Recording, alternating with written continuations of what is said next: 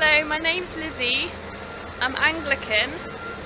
6 weeks today I'm going to be moving into a convent ready to become a postulant. I can't believe I'm saying this, but I'm currently walking into work for the last time. I will hold your people in my heart.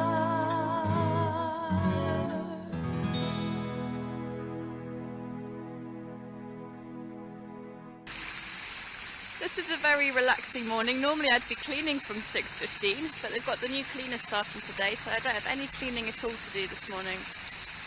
So I thought I would just stop and admire the fountain for a few minutes on my way in.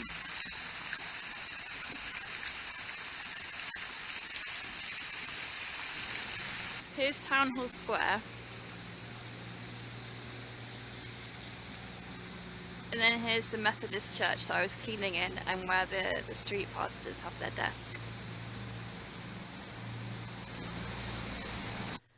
I've just been trying to make sure to get a kind of to-do list or a checklist of the most important things to do with the new coordinator. But she's coming in at 1:30, so I've got all morning to prepare. But there are I'm trying to get sort of a hierarchy of the most important things to do first. Like I need to make sure that she gets a photo security pass for our street pastor base, and things like because I've been doing the DBS checks and being the person that verifies people's proof of ID documents. So that would be another thing, like to make sure we do as quickly as possible, get her set up, being the new person for doing DBS checks, that kind of thing. And then I'll show her around. We've got the office and all the files, obviously, but then we've also got our base where we keep the rucksacks and all that sort of more practical side of things. So I'll be showing her around there as well. We're going to have lunch together, that's the plan. But before then, I've got the whole morning just to sort of finish making this handover file and just make sure I've got things ready just so I can hand over really smoothly to her. Don't know why I'm just showing you my computer screen. There's not much to look at. There's either my face or a computer. Here's something to look at. This is the poster that I made to go around local churches and just display wherever we could. This is something that I'll miss as well. I said in another video recently that my favourite thing about this job is the more interactive stuff, like when I've preached or given like talks about street pastors in church services in the sermon slot, or I love just giving talks or presentations about street pastors. And I'd set up on the 2nd of August, we're going into the police headquarters for the county, and they're trying to get it so that police officers in training have a session as part of their training about what street pastors are and how we can be of use to the police. So I was really looking forward to doing that presentation, but someone else can like easily do it themselves. But I love doing that kind of thing, and I really enjoyed. We have different training modules that you have to do when you're training to be a street pastor, and I was invited to do the training for the deliver the session that's about what is the good news that we're sharing and why are we sharing it, and what's the best way of sharing it, or what was Jesus' message and how did he go about sharing that. So I liked that kind of more teaching side of the role as well, being able to do those training sessions.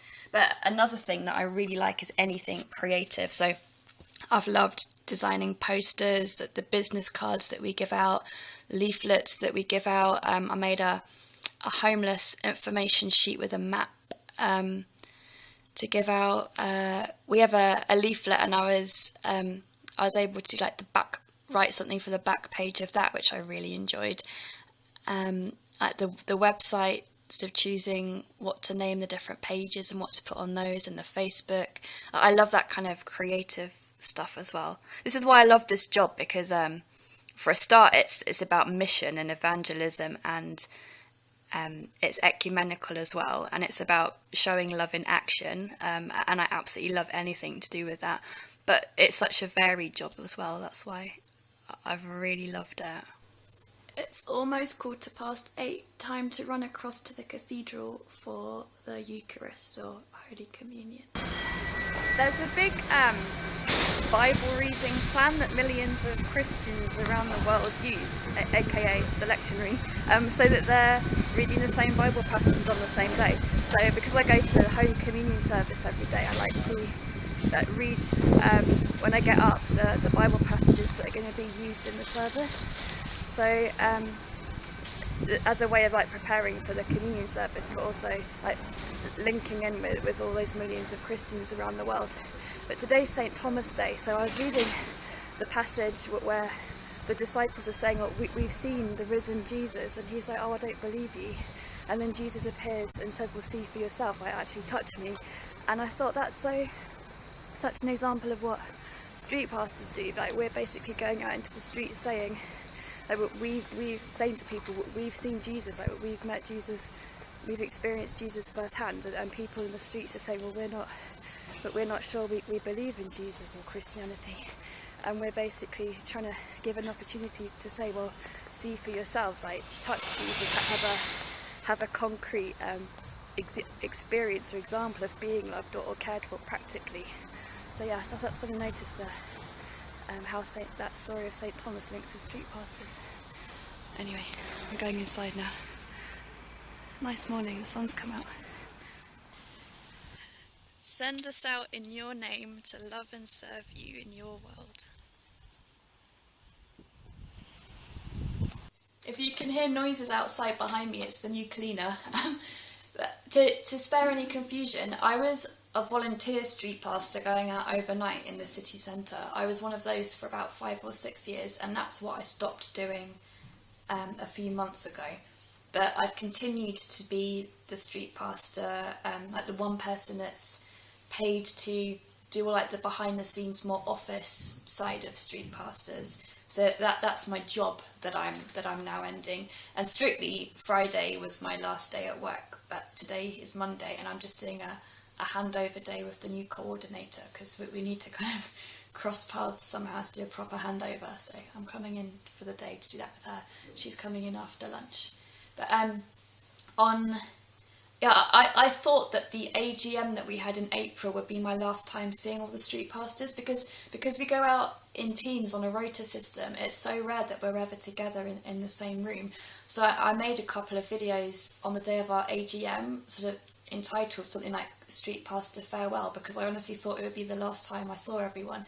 But I was given like a kind of surprise party last week. I was just told that someone would be picking me up at 6:15 from my flat on Thursday evening, but I didn't really know what was going on. And it turned out that the chair of street pastors had invited all the street pastors round to their home, and we had a party in their home.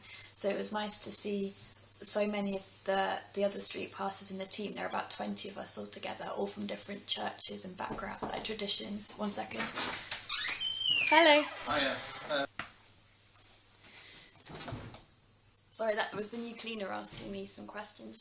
So yeah, we had a really nice party and loads of food, and we're just able to catch up with each other. But they put Sister Act, the songs from Sister Act were playing in the background, which I noticed and very much appreciated. So that was a really lovely evening, and they made me a cake with candles on it. I might have some photos somewhere that people were sending to me from the evening. But that was lovely, like a really nice sort of last evening of everyone, and we prayed together, and yeah, it was just so nice to, it's so rare, like I was saying, for us all to get to meet with each other in the same room. So it was just so lovely to be all together in one place. So that was my kind of farewell. But yeah, today is just like the handover day with the new coordinator, who I've never met before. So guys, I have just finished. Oh my goodness, I've spent days on this. I realised that although the management committee and the chair of street pastors are aware of like the kinds of things I do, I'm quite literally the only person that knows a lot of the things of like where things are saved and what needs doing at certain times of the month and the year, and all the different websites and login details and that we need and all that kind of stuff. So basically I've spent days, like hours, making a whole handover ring binder for the new coordinator. So it's got things like the website for how we go about doing our DBS checking, and then where I've saved all the different minutes and what kinds of meetings need arranging at what points of the year, and room booking details for rooms that we often, like venues that we often use. What else have I got?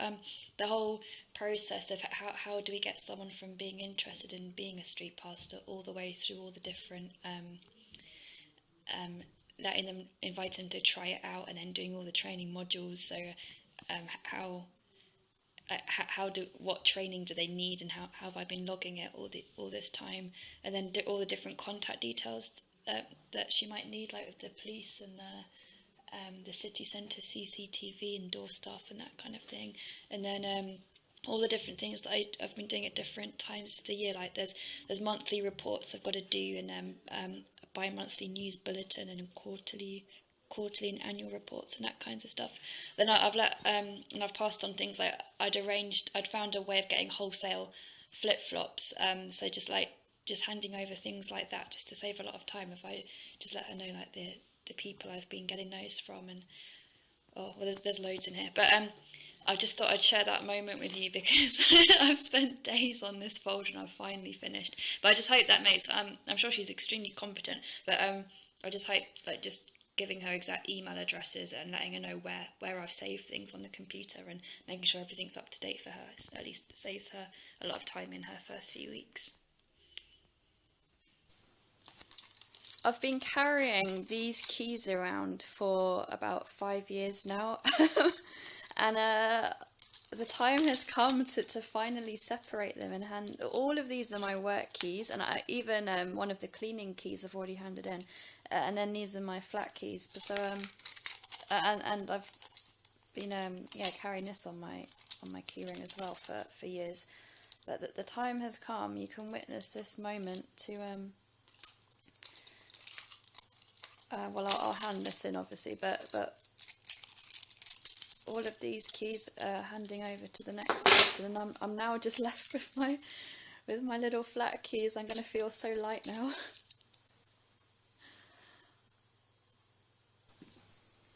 The handover is done. I'm no longer street pastor coordinator. I wasn't quite sure how to end this video, so I thought I would end it by sharing one of my favourite little stories that I used that I was using when I did the training session for new street pastors, and that's I think it's Aesop's fable of the North Wind and the Sun, where a man's walking down the road in a coat, and the North Wind and the Sun both say, let's see who can get his coat off him. So the wind blows, trying to force it off him, but all it does is that it makes makes the man wrap his coat around himself all the more, whereas the sun just radiates warmth, and then he naturally wants to take his coat off. And I like using that story, because when I talk with people in the streets, like especially young people, they say that when they hear someone like shouting at them about Christianity, or trying to preach to them very forcefully, all it does is make them freeze or want to turn away all the more. Whereas it's when people have said that when they find that a Christian is genuinely interested in them, and doesn't have a set agenda, isn't trying to ram anything down them, when they just feel like genuine love, and when they feel the warmth of Jesus and Christianity and Christians, rather than feeling judged or shouted at, that they find that they naturally open up to our message and to talking to us. And sometimes that does lead them to, when they realise that God's warm and God's loving, that they naturally that they feel that, or they seem to sort of more naturally open up to God. So I like that little story, so I just thought I'd end with that, because it seems to summarise what Street Pastors is all about.